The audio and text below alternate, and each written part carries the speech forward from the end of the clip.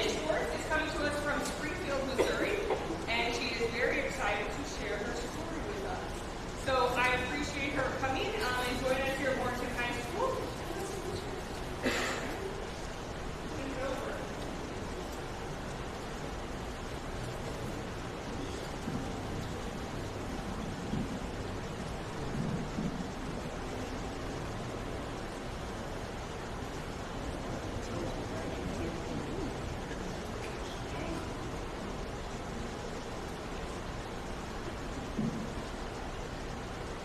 Can you hear me?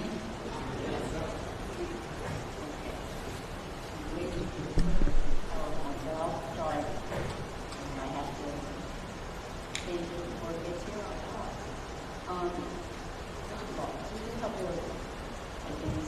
Number one, I apologize. I have to read. I've been doing this for years, and I've never been able to get to it without having the words in front of me, so I do have to read it. The other thing is a spoiler alert.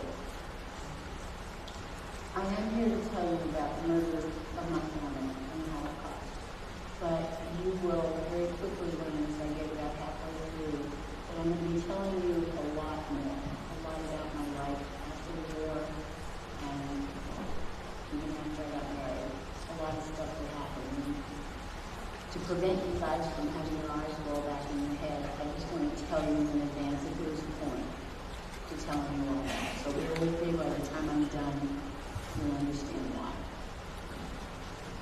My story spans 80 years. It's about the murder of my entire family. But it's also about, this is not enough. But it's also about who I became as a result of being raised by a mother who lost everyone. That relationship with the one and only adult in my young life influenced my reactions and my choices for decades. So I have to begin by telling you a little bit about my mother. I never knew what she was like before the war.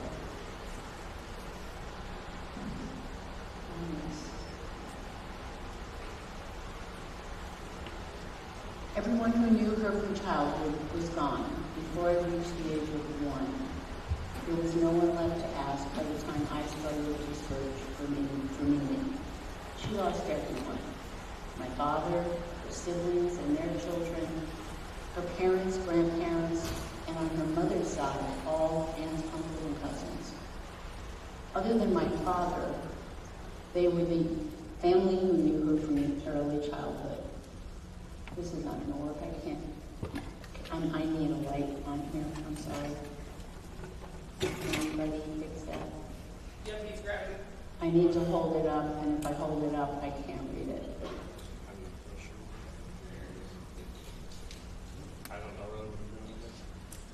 I think if you just turn the house lights up and that down and make the room look normal.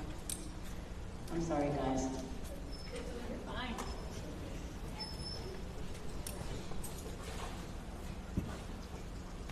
And then turn those lights off.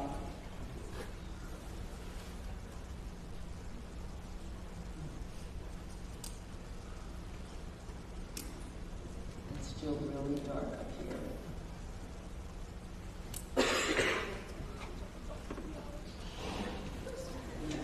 Now, is there anything above my head that you can turn?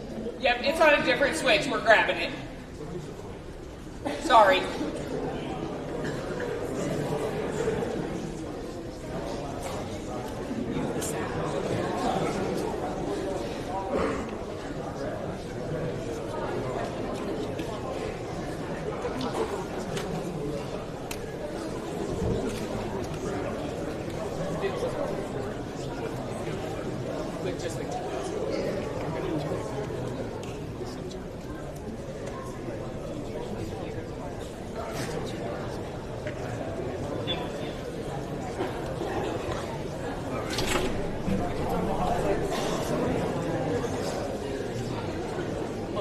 All right, let's try it. Whatever from that is worn off. I've done this for years, and I've experienced every glitch possible. Aha! Perfect. Is that good? Okay. Yeah. I will start with stop that in the middle. My mother lost everyone. My father, her siblings and their children, her parents, grandparents, and on her mother's side, all aunts, uncles, and cousins. Other than my father, they were the family who knew her from early childhood, who always lived within walking distance. The family on her father's side lived farther away and were only occasional visitors. There was no one left for me to ask. So the only person I knew was a broken, grieving woman throughout my childhood. She was all I had. She was my teacher, my role model, and my only source of comfort. And she failed at all of them. The loss of her entire family had annihilated any rational thought. My mother fiercely needed to own what was left from what had once been a secure, happy life. Anything that came between her and the only thing that survived had to be destroyed at any cost. And that only thing was me. So for much of our lives together, she did everything she could to keep me loyal only to her. And the effect on me was devastating. You need to know this because before I begin to tell my story, because much of the trauma that defined my life for decades was the result of my relationship with my mother, what I learned and didn't learn from her, and how her need to own me defined how I saw myself. But none of it was her fault. She wasn't a bad person. She had no way to do it differently. And I wish I had known that while she was still alive. My story begins in a Nazi ghetto in 1944 Hungary. I was marked for death from the moment of my birth. I was born as Erika on April 23, 1944, in the Nyíregyháza, Hungary ghetto. 2 weeks later, all of the women and children in my family were transported to Auschwitz to be murdered. Much of my life was ruled by my role as the child of a survivor. My mother was born in the town of Heidelberg. Her parents were Honey Wertheimer and David Petrover. She had 2 sisters, Margit and Olga. She also had 2 brothers, Avram and Yana. In 1938, when my mother was just 16 years old, the Hungarian government passed laws restricting Jewish participation in ordinary day-to-day life. Jews were forbidden to participate in most professions. Jewish children weren't allowed to attend public schools. Jews were forced to abandon their homes. My mother's family was forced from their home in Heidelberg and moved to the city of Nyíregyháza. Sometime in early 1943, my grandfather's sister Rose began to bombard my grandfather with letters, begging him to get the family out of Europe. She lived in New York and had already begun the process of getting everyone to safety. His response was no. He believed the family was safe and that the war would be over long before the Nazis turned their attention to Hungary. My parents had been living in Budapest, and by that time my father had already been sent to a forced labor camp. Hungary was allied with Nazi Germany. My mother was alone and very frightened. At first, wives were permitted to visit their husbands, and in the fall of 1943, my mother learned that she was pregnant. She was no longer permitted to visit my father, so she left the Budapest apartment and moved in with her parents in Nyíregyháza. On March 19, 1944, Nazis occupied the town. By April 17, they completed the construction of the ghetto.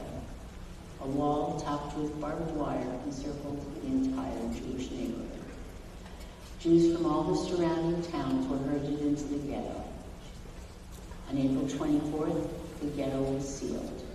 I was 1 day old. My grandparents' home was within the boundaries of the ghettos. All of my mother's female relatives and their children were moved into the house. There were only 123 houses for over 17,000 Jews, and I can well imagine how many people there were in that house. Within a couple of days, my grandfather was dragged from the home and was never seen again.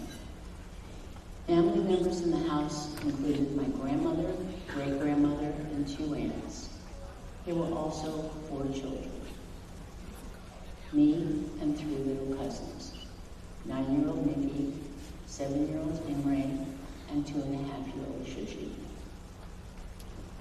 When word reached my father that my mother had given birth, he somehow managed to escape from the labor camp and headed straight to Niedertrasse.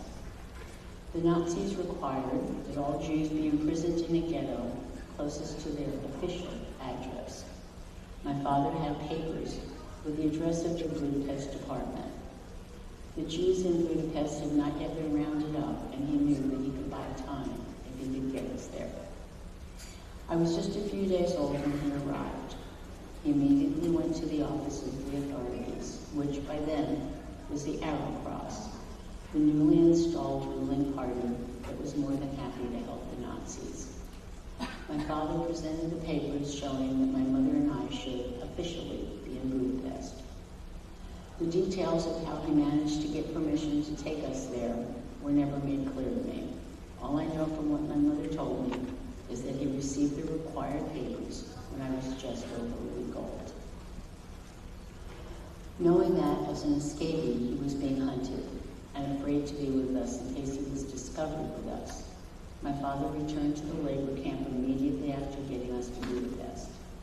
He was murdered on March 8, 1945, just 2 months before the Allies liberated the camp. My mother's 19-year-old sister Olga somehow was able to slip out of the ghetto when my father got my mother and me out, and she also headed straight to Budapest. When they reached the city, my mother and Olga were able to obtain Christian identity papers, get an apartment, and for a short time they lived quietly and safely.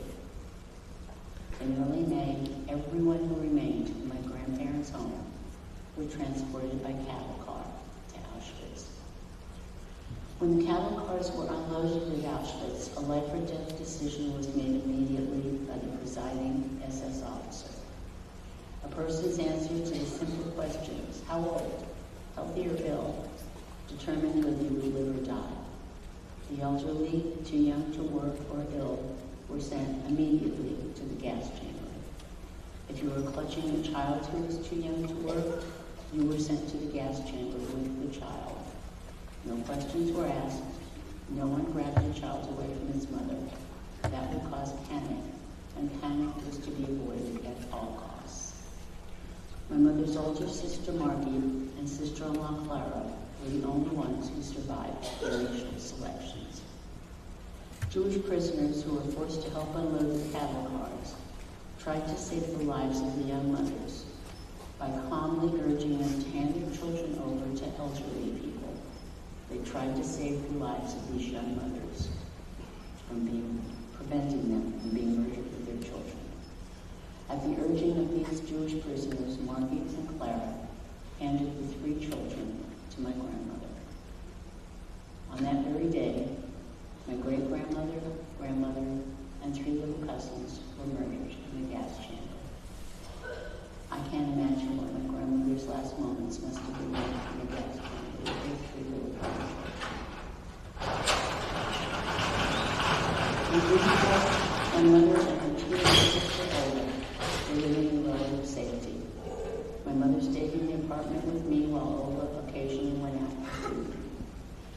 On July 5th, 1944, Olga left the apartment. Just as she stepped out of the building, a former neighbor recognized her and yelled, "She's a Jew."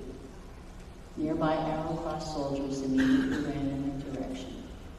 Olga turned and ran back into the building with the soldiers close behind.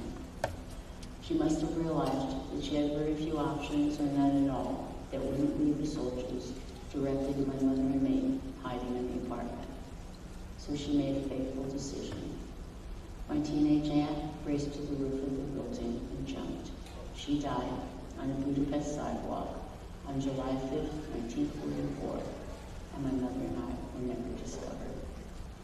My mother immediately left the apartment, went into hiding, and was never willing to tell me anything more about how we survived. It wasn't until after the war that she learned how her older sister Margie died. Clara, her sister-in-law, survived and was with Margie on the day that she was murdered.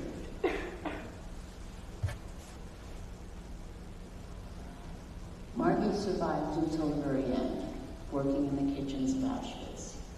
On the day of liberation, on the very day that the Allies entered Auschwitz to liberate the prisoners, many of the remaining Nazis were so intent on killing Jews that instead of fleeing from the Allies, they stayed to randomly shoot and kill as many Jews as they could. My Aunt Margie was killed on the day of liberation. So that's the story of the murder of my father and of my mother's entire family. However, that's not the end of my story. As I mentioned earlier, my mother was completely destroyed by the murder of everyone she loved. Emotionally, she was an empty shell for the rest of her life. I didn't know what a normal childhood was supposed to look like. I had no idea how my mother's lifelong trauma was affecting me. I did sense that my childhood wasn't normal. She was the only adult in my life that she needed to be the center of my world.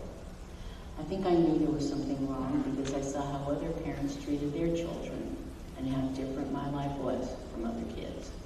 But I had no one to turn to for a reality check.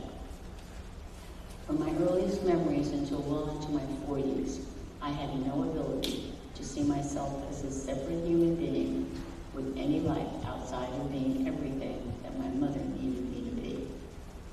Sometime after the war ended, her Aunt Rose discovered that we had survived.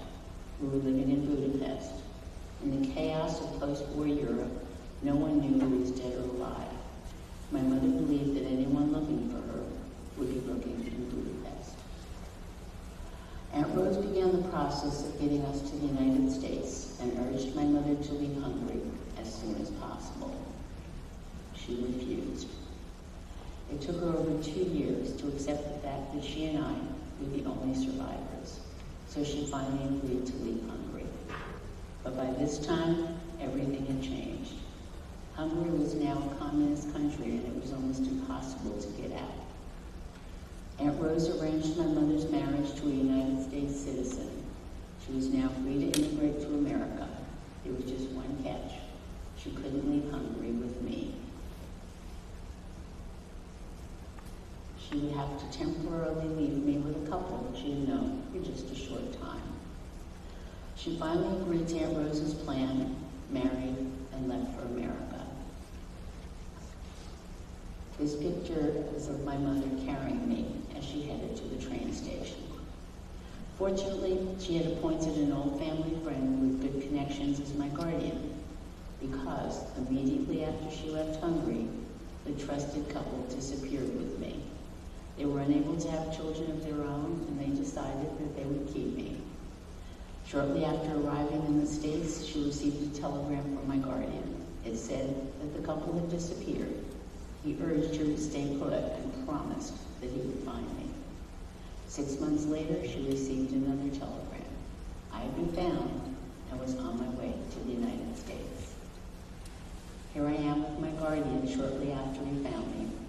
And this slide also shows the Pan Am Flight Manifest, which I have no idea how I found, dated July 19, 1948, with my name highlighted. My mother's marriage was supposed to just get her out of Hungary, but she was alone and easily convinced by her new husband to try to make it a real marriage. And that was a huge mistake. Within 2 years, he started to become very violent. I remember coming home from kindergarten and finding her lying beaten on the living room floor. Shortly after that, we escaped in a terrifying run while he was at work. And that was the beginning of many unsettling and frightening incidents that defined my life for decades. My mother made a lot of bad choices, and because she was always the center of my life, chaos became my comfort zone. My own issues created a ton of self-inflicted chaos. Our escape from her abusive husband marked the beginning of my journey through 9 different elementary schools. And that had a huge impact on my life. I was always the new kid on the block, and I had a very difficult time making friends. By the time I was 10, I had 2 new brothers. But my relationship with my stepfather wasn't good. He was just another one of my mother's bad choices. I was a mess. I didn't know how long I'd live in any one neighborhood, so making friends quickly was a top priority. I developed a habit of lying to make myself stand out. That backfired many times and always made things worse. My mother's relationship with my stepfather deteriorated rapidly after my brothers were born. I hated being home. I wanted out. I needed Prince Charming. Bill Schwartz was the son of my mother's best friend from our very first days in America. I had known him since I was 4 and he was 8. My first crush on him was when I was 10, and every time our families got together for a special occasion, my crush intensified. We started dating when I was 16, married 3 years later, and this year we celebrated our 62nd wedding anniversary. That was the first good choice that I made, but it took a long time before any others followed. Finally, after getting married and moving out on my own, I thought that I was leaving all of my troubles behind. What I didn't know back then is when you're part of the problem, you take your troubles with you wherever you go. Nothing about me had changed, and nothing about my mother had changed. In spite of the fact that I was now a married woman, she still needed to be the center of my universe. My husband, my friends, everyone else had to be a distant second, and I eventually realized that I just couldn't do that any longer.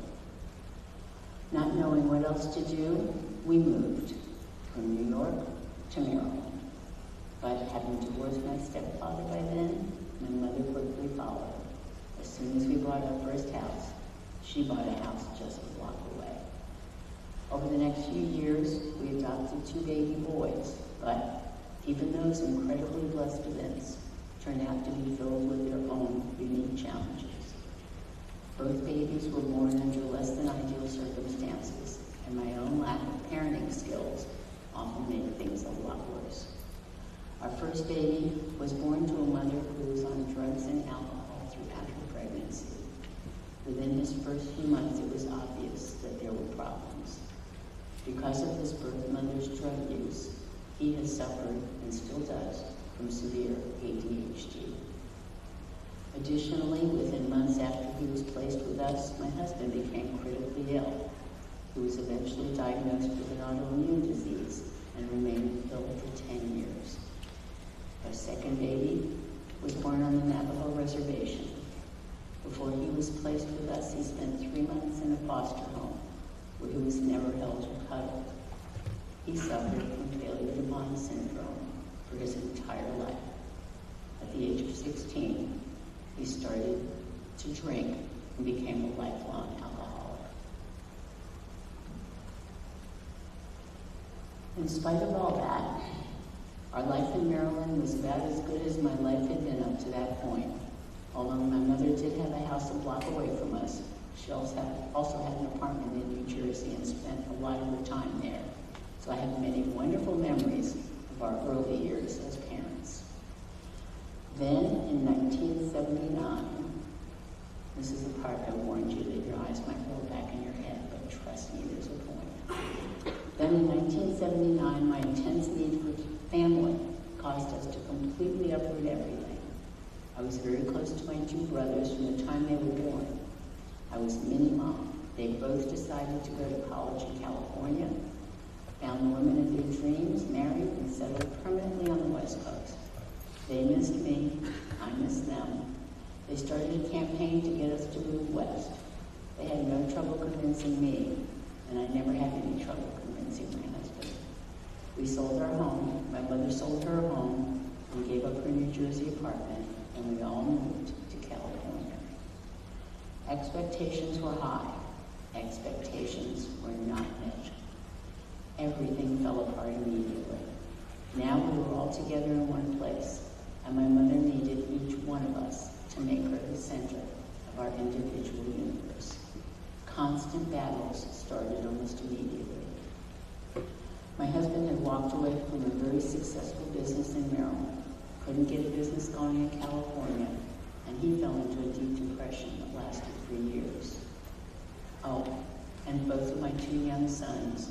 discovered drugs very soon after we arrived in California. Bill and I were oblivious. We had never used drugs and didn't recognize the early signs. Nothing was going right. One of my brothers even moved away from Southern California just a year after we arrived. All of our lives were in an uproar, and I spent years having hateful thoughts about everyone in my family. In the midst of all this chaos, there was one more major upheaval on the horizon. By 1987, 8 years after we arrived in California, both of our teenage sons were heavily into drugs. We were doing everything we could think of to get help, 12-step meetings, rehabs, whatever felt as if it might save them, and nothing was working. And one day, our 16-year-old son announced that his girlfriend was pregnant. I was literally at the end of my rope. She told us that she was going to put the baby up for adoption, and I felt a huge sense of relief because that was one problem I wouldn't have to deal with. But the day after his baby daughter was born, my son desperately wanted to see her before the adopting couple arrived to pick her up. So we agreed to take him to the hospital, and it took a nanosecond for all of us to fall in love. My heart broke, but during that visit, our son's girlfriend changed her mind and decided to keep the baby. And in just a moment, I'll tell you how that turned out, but I think you can probably tell when I smile. My life was still filled with rage and depression. The anger and resentment that I had developed for everyone around me was eating me alive. I still had several years of despair and depression ahead of me. Then, one fateful day, I heard someone say these words, and this is the point. You may not have control over anything that's happening around you, but you have complete control over everything that happens between your 2 ears. Those were simple words, but something miraculous happened to me at that very moment.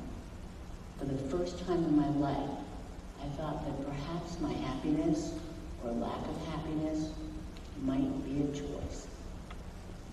Maybe I could find joy in my day.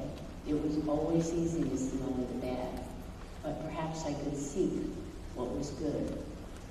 I didn't even know if I had the capacity to be happy. I was drowning in depression and knew that my life depended on finding a different path. A friend convinced me to start writing a gratitude list. There was one shining gem in my life that topped the list every day. And that shining gem was the miracle of having Kim, our precious granddaughter, and her mom in our lives. Over the years, her mom had become like a daughter to us. And Kim, who was wound up being our only grandchild, was the center of our universe. We had come so close to never knowing her. My daily gratitude list helped me focus on the blessings that really mattered. Another friend suggested that I take long walks and start smelling the roses. So I did.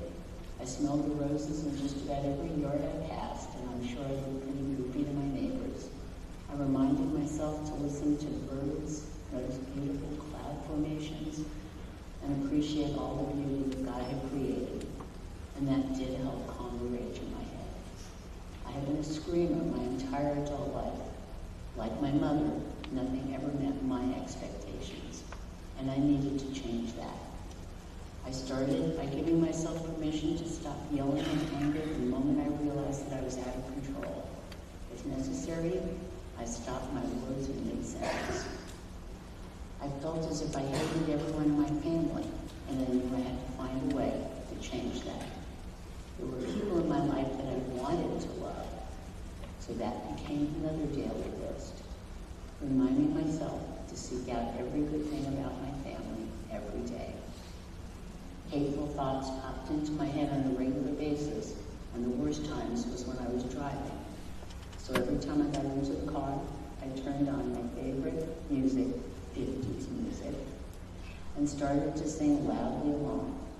You can't have bad thoughts while you're singing. I had been programmed by nurture to see only what was bad in my life, and I was astonished to realize that I had the capacity to see what was good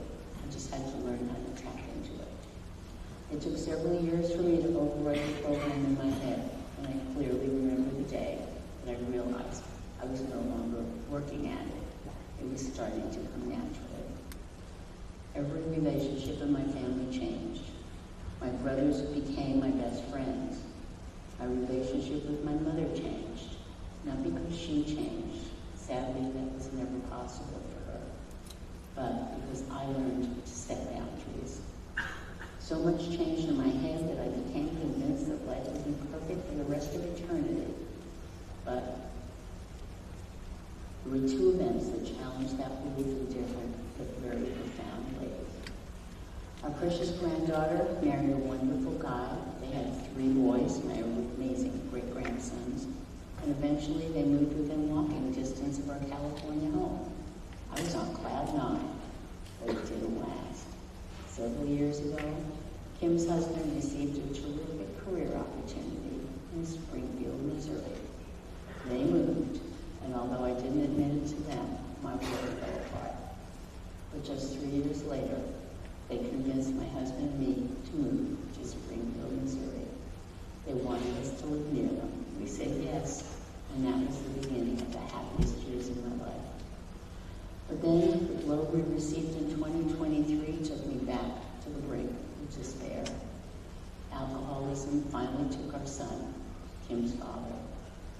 One more time I had to return to daily gratitude lists, but now I had new tools, and I was a very different person. Chaos and depression were no longer my comfort zones. It was easy to find all that was good in my life every day, and I still remind myself daily that my greatest joy comes from the gift that my son gave us. Kim and her family live just 5 minutes from us. She drives me to most speaking engagements that are more than an hour from my house. Her wonderful husband accompanied me to Jackson Hole, Wyoming last year for a 4-day speaking engagement. Bill and I have rotating play dates every week who have 3 great-grandsons. These wonderful twilight years of my life are happier than I can ever describe, and I owe it all to those magic words that I heard so many years ago. Those words opened the door to a complete change in how I saw myself and the world around me. So, one last reminder. You may not have control over anything that's happening around you, but you do have control over everything that happens between your 2 ears. And that's the end of my story, and I'll be happy to answer any questions.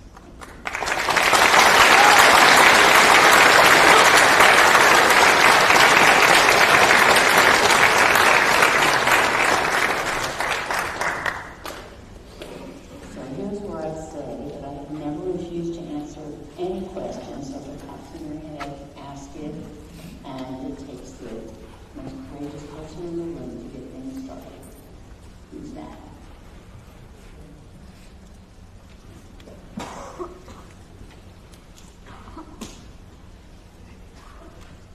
Yes? Where's the farthest you traveled for a speaking? Where's the farthest I've traveled for a speaking event?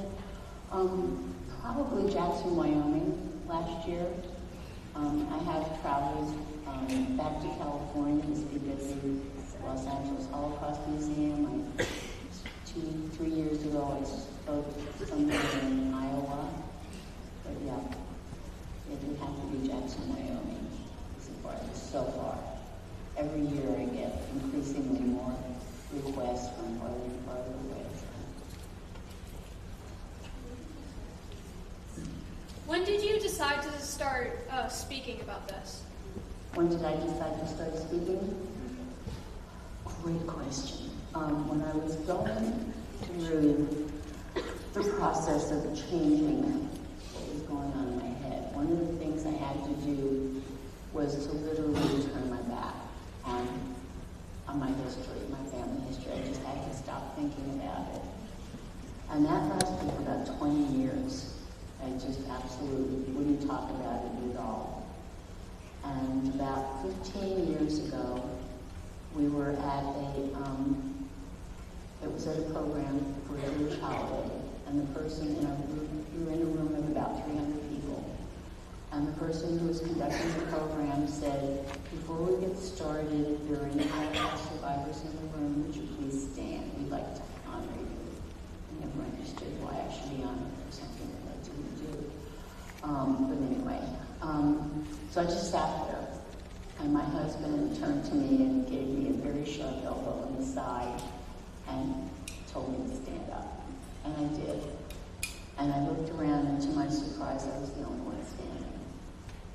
And that was when I realized that as one of the youngest Holocaust survivors, I had an obligation to start telling my family story. Because the people that had been bearing witness were dying. And so, very next day, I called the Los Angeles Holocaust Museum. We were living in Southern California at the time, and I signed up for their speaker program. Over here. Since that day, have you ever connected with any other survivors? I've met a lot of Holocaust survivors over the years. First of all, when I was growing up back then, back in the 50s and early 60s, people tended to live in ethnic neighborhoods, ethnic communities. So we, most of the time, lived in mostly Jewish neighborhoods, and there were, I remember way back, there were a lot of Holocaust survivors in the neighborhoods that we lived in. Then, several years ago, I got involved in a program called March of the Living. That's a worldwide program that sends Holocaust survivors and high school seniors to Poland to visit Auschwitz and mass graves and places like that. So traveling in that program, I met a lot of Holocaust survivors. I have chosen not to be friends with any Holocaust survivors, especially since I've started doing this, talking. Because sometimes talking about it all the time gets me down a rabbit hole. And so when I'm not doing this, I choose to just be as goofy as I can be and enjoy every moment that I have. So I have found that my life is a lot lighter if I just hang out with my great-grandkids instead of other Holocaust survivors.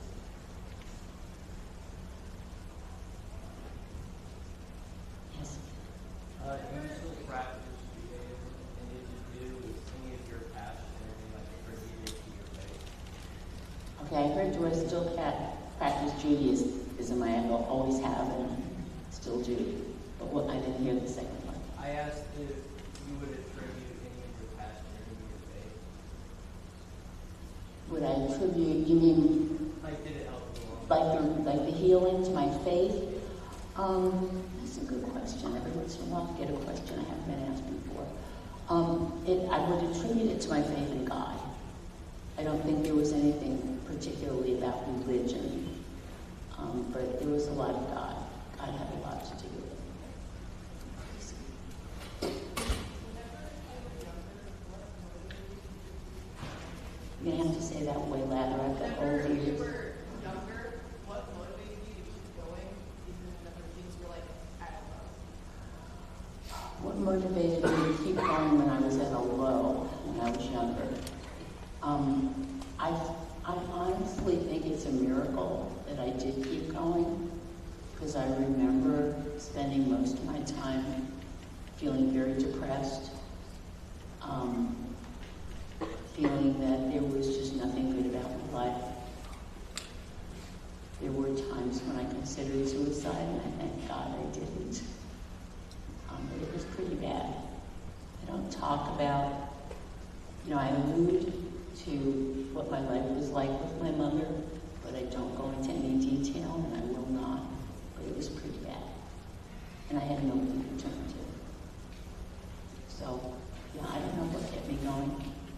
I think, God knew that He had better things for me ahead. And I'm so grateful that I'm here. Yes?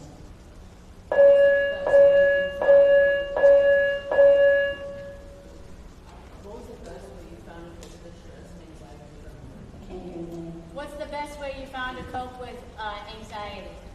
What's the best way I found to help with anxiety? And depression and anxiety, the best way to cope Well, with it. now, being the person I am today, I find myself going down the rabbit hole, and I do occasionally, especially in the spring. This time of the year, I get a lot of requests to speak. And so I'm telling the story over and over again. Plus, spring was always the worst time at home in terms of depression because my mother lost her entire family in the spring. It was in April. So the me today knows that when I start to feel depressed and anxious, is to immediately reach out to something, anything that I know will pull me out of it. And usually the tool that I use is to call my granddaughter and say, hey, I need a play date. But I know when I'm going down that rabbit hole, and I know what I have to do to get out of it, and that's to find something wonderful and fun to do. And I do it.